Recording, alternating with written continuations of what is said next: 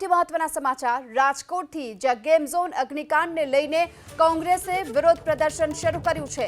બહુમાળી ભવન ચોકમાં કોંગ્રેસનું વિરોધ પ્રદર્શન અને સાંસદ ગેનીબેન ઠાકોર, અમિત ચાવડા, જિગ્નેશ મેવાણી, લાલજીભાઈ દેસાઈ, જેરીબેન ઠુમ્મર સહિતના તમામ લોકો આ વિરોધ પ્રદર્શનમાં જોડાયા છે। જો કે પાલ આંબલિયા, ઋત્વિક મકવાણા પણ વિરોધ પ્રદર્શનમાં જોડાયા। પોલીસ કમિશનર કચેરી સુધી કોંગ્રેસ રેલી યોજશે અને ત્યારબાદ વિરોધ કરશે। મોટી સંખ્યામાં કોંગ્રેસના કાર્યકર્તાઓ પણ હાલ ઉપસ્થિત રહ્યા છે। વધુ વિગતો મેળવીએ સંવાદદાતા પરાક્રમસિંહ જાડેજા આપણી સાથે જોડાઈ ચૂક્યા છે। પરાક્રમ, કોંગ્રેસનું આ વિરોધ પ્રદર્શન શું અપડેટ? ચોક્કસ વિરોધ પ્રદર્શન માટે કાકા શું રજૂઆત અત્યારે કરી રહ્યા છે? જે રીતે સીટની તપાસ થઈ રહી છે અને આની અંદર જે મોટા માથાઓને છારવીને નાના નાના મછલિયાઓને પકડીને જે રાજકોટની જનતાને અન્યાય થઈ રહ્યો છે એની સામેની રજૂઆત છે। ચોક્કસ અત્યારે અંદર જવાની કોશિશ કરો છો તમે? અંદર રજૂઆત કરવા જવાના છો? તો આપણે અહીંયા કઈ જાન પકીડા વગાડવાના છે? અંદર રજૂઆત કરવાની છે કે ભાઈ તમે શેના માટે જાવરો છો, શેની તપાસ કરો છો, એ કેવા જવાનું છે ને ના આવવા દઈએ। આવડા પ્રજાના પ્રતિનિધિ ગેનીબેન આવ્યા છે, અમિતભાઈ ચાવડા બધા છે। ચોક્કસથી વિરોધ પ્રદર્શન કરવા માટે જોઈ શકાય છે કે અત્યારે જે ભારે વિરોધ પ્રદર્શન રાજકોટ પોલીસ કમિશનર કચેરી છે ત્યાં કરવામાં આવી રહ્યું છે। આ લાઈવ દ્રશ્યો આપણે બતાવી રહ્યા છીએ। જે ભારે વિરોધ પ્રદર્શન અત્યારે રાજકોટની અંદર જે જિગ્નેશ મેવાણી છે તેમના દ્વારા જે ચીમકી ઉચ્ચારવામાં આવી હતી। ઋત્વિકભાઈ આપણી સાથે છે, આપણે એમની સાથે વાત કરવાનો પ્રયાસ કરીશું। ઋત્વિકભાઈ આ બાજુ શું કહેશો? શું તમારી માંગ શું છે કોંગ્રેસની? આ મુખ્ય માંગ તો એટલી જ છે કે જેટલા સાક્ષીઓએ નામ આપ્યા છે, ભાજપના કોર્પોરેટરનું નામ આપ્યું છે, બીજા પદાધિકારીઓના નામ આપ્યા છે, કમિશનરનો, એ બધાની કોઈ જવાબદારી હોય છે તો જવાબદાર માણસો ઉપર હજુ સુધી કોઈ પણ પ્રકારના પગલાં લેવામાં આવ્યા નથી। વર્ષોથી જે ઘટનાઓમાં સીટની રચના થઈ છે, એક પણ સીટના રિપોર્ટ પ્રમાણેની કોઈ કાર્યવાહી કરવામાં આવી નથી। માત્ર સમય પસાર કરવા માટેનો પ્રયત્ન સરકાર દ્વારા કરવામાં આવી રહ્યો છે।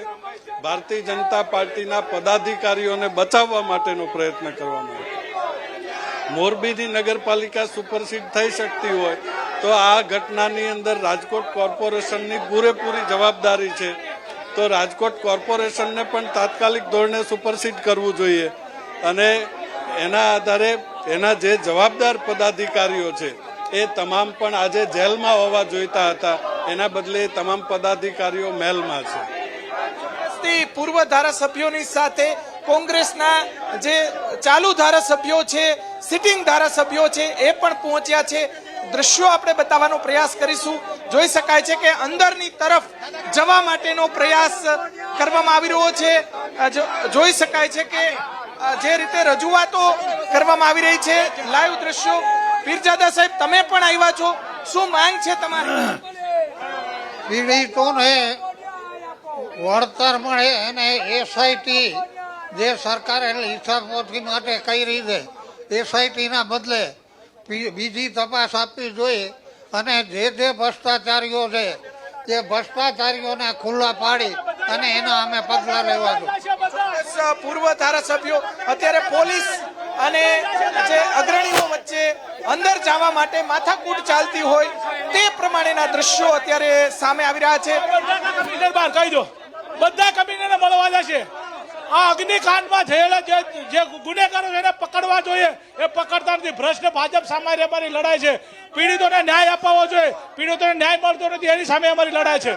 હકીકતમાં રાજકોટમાં કે ગુજરાતમાં કોઈ પણ જગ્યાએ સીટની જ્યારે ભ્રષ્ટાચાર વ્યક્તિને ન થવી જોઈએ, ઈમાનદાર અને વિવાદાસ્પદ વ્યક્તિની નિમણૂક થવી જોઈએ।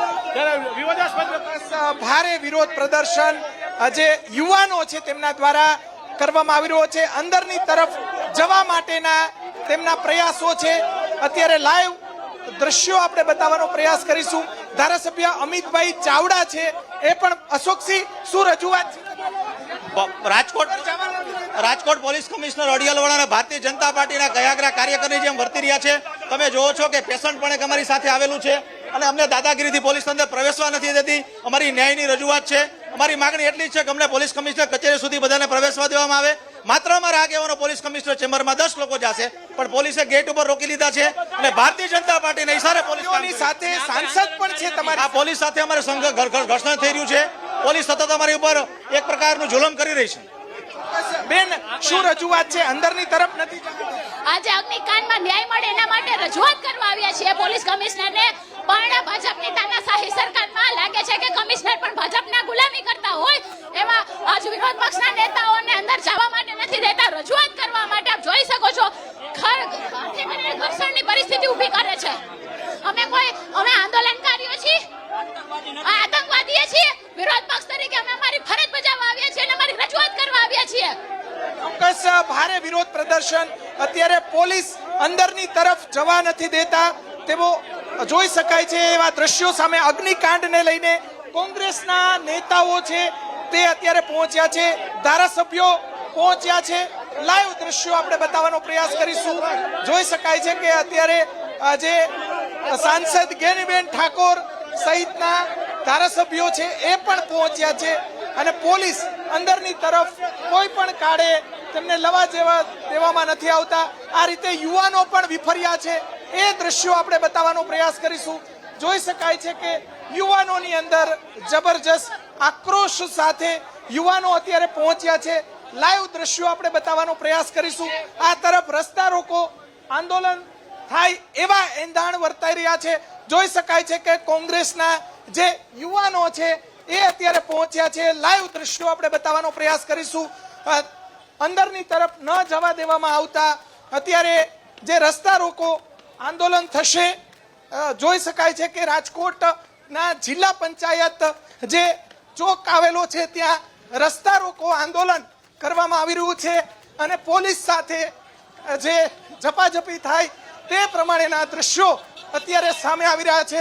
જોઈ શકાય છે કે શું વિરોધ જે આજે કોંગ્રેસનું ડેલિગેશન કમિશનરને મળવા ગયું છે, લોકોના પ્રશ્ન છે, લોકો મરી ગયા છે છતાં લોકોનું પેટનું પાણી હલતું નથી. ભાજપના ઇશારે કામ કરે છે. અમારું ડેલિગેશન આવ્યું છે, એમને કોર્ટ અંદર જવા પણ નથી દેતા. અત્યારે રોડ બંધ કરીને વિરોધ છે અમારો. જ્યાં સુધી કમિશનર બધાને નહીં બોલાવે ત્યાં સુધી અમારો વિરોધ ચાલુ રહેશે. માંગ એટલી જ છે કે જે પીડિતો છે, જે એસઆઈટીની રચના છે એમાં નોન કરપ્ટેડ અધિકારીને મૂકવામાં આવે, 1 કરોડનું વળતર આપવામાં આવે અને ફાસ્ટ ટ્રેક કોર્ટમાં એની ટ્રાયલ ચાલુ કરવામાં આવે, એ માંગ છે. ભારે વિરોધ પ્રદર્શન અત્યારે કોંગ્રેસના જે નેતાઓ છે તે કરી રહ્યા છે. પોલીસ દ્વારા તેમને હટાવવામાં આવે. શું વિરોધ પ્રદર્શન છે? રાજકોટ પોલીસ કમિશનર કચેરી ખાતે આજરોજ ઘેરાવ કરવા કોંગ્રેસ આવી છે.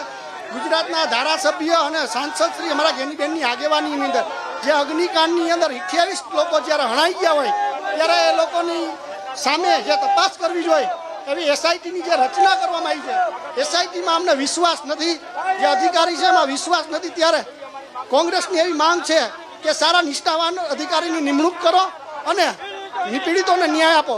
પરંતુ કોઈ પણ કાળે સરકારને બચાવે છે, ભાજપને બચાવી ખબર નથી પડતી. ત્યારે રાજકોટ કોંગ્રેસ રોડ પર ઉતરી છે. આજે અમારી માંગ છે કે લોકોને ગેરકાયદે બાંધકામ વાળાની હિસાબે લાખો કરોડો બાળકોના જીવ ગયા છે. વિધાઉટ પરમિશન નિર્દોષ માણસને લેવામાં આવ્યો છે. આવી અમારી માંગ છે. ચોક્કસથી પૂર્વ કોર્પોરેટર પણ આપણી સાથે છે.